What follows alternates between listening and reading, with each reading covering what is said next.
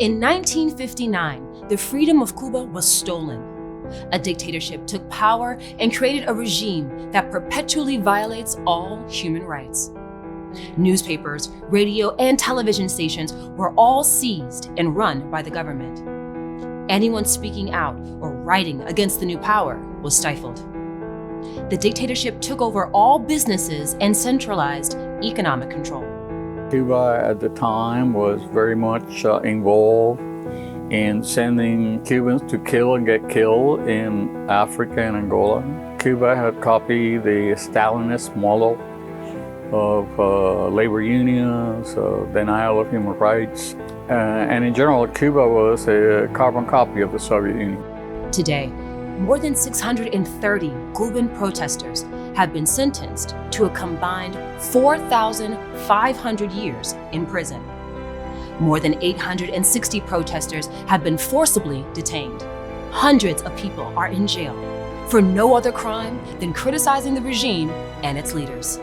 They are beaten, they are tortured, they are isolated, they can't see their families, they can't speak to, sometimes even to their fellow prisoners.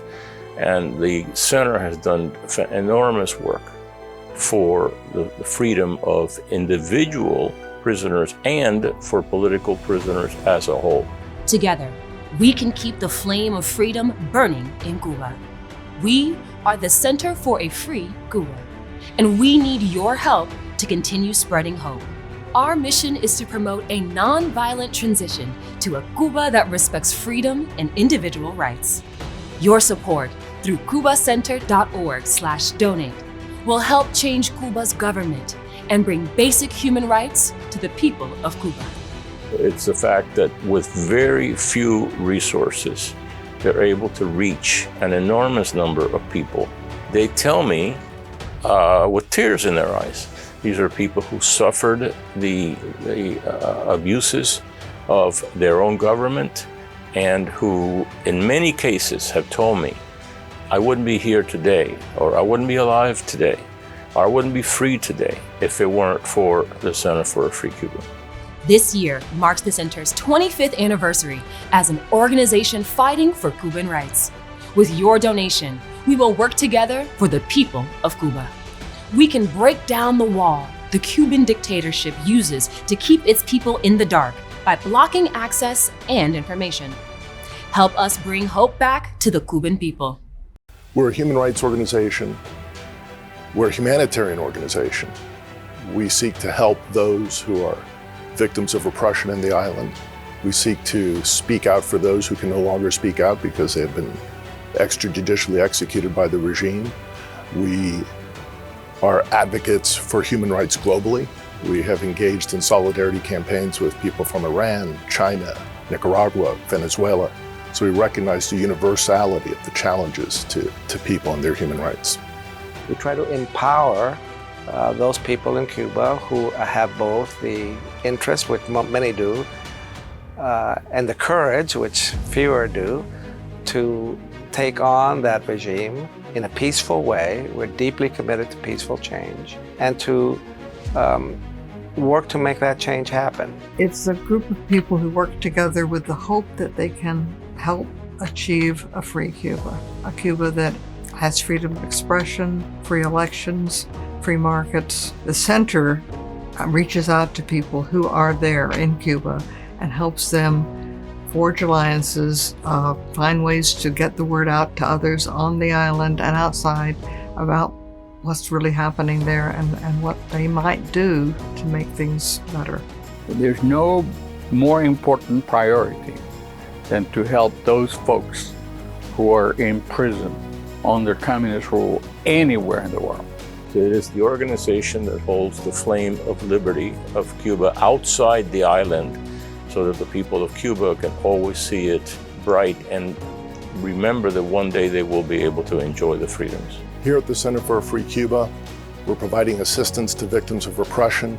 We're getting laptops, cell phones to break the information blockade inside the island to folks in the island. We're documenting what's going on and getting it to international human rights organizations.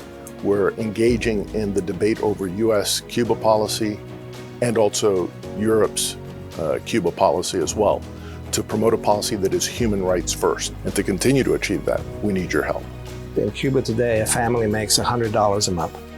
So a $50 contribution is a very large and significant amount of money, much larger than it appears to be in the United States. Therefore, what can a $50 contribution do? It can do many things. It can provide a dissident access to the internet, which is vitally important in getting information. It can provide a dissident with access to a mobile phone, which can give him contact with other people.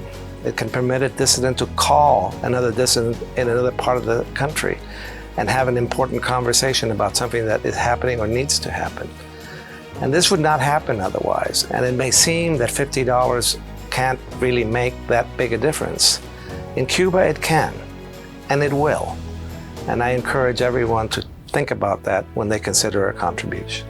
I would just say that whoever listens to this message will think of the people of Cuba who have nothing. What they need is hope, and the center is working on giving them hope as well as improving their lives, and that they would help by sending a contribution to the Center for Cuba. Your gift can keep information flowing in Cuba. A gift of just $30 provides 5 gigabytes of cellular internet access. $100 allows the center to send medicines to church groups for distribution to families of jailed dissidents. $200 can purchase 1 smartphone to promote citizen journalism with encrypted communication and social media. $400 can purchase an independent journalist or dissident group member a laptop to continue speaking the truth. $1,000 supports the printing and distribution inside Cuba of books and newsletters year-round. I would like to see this sort of international solidarity that Nelson Mandela obtained for his people, so that the world will force the Cuban government to release all those innocent Cubans who are currently in their prisons. Help us solve the problem. Help us preserve our culture. Help us end tyranny. Help us free Cuba. Please donate to the Center for a Free Cuba. Don't wait. Freedom dies in the shadows. The freedom-craving people of Cuba need your help. Our future depends on it.